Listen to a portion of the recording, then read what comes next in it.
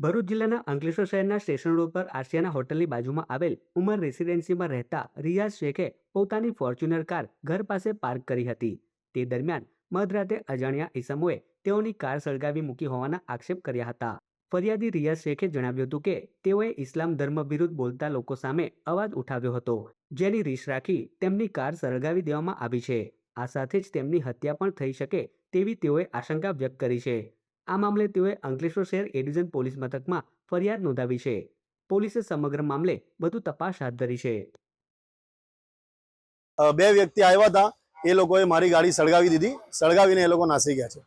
આ મારી હત્યાનો પ્રયાસ છે એવી મને આશંકા છે ને આ મેં જે ઇસ્લામ વિરુદ્ધ જે લોકો આવીને બોલ્યા હતા એમના વિરુદ્ધ મેં બોલ્યો હતો, અમારા ઇસ્લામના માટે બોલ્યો હતો, તો એ લોકોએ એ રીતના અંદર આ કાવતરું કર્યું છે ને મને એવું પણ લાગે છે કે આ લોકોએ મારી સોપારી લીધી છે ને મારું મર્ડર કરી નાખે એવી મને આશંકા છે।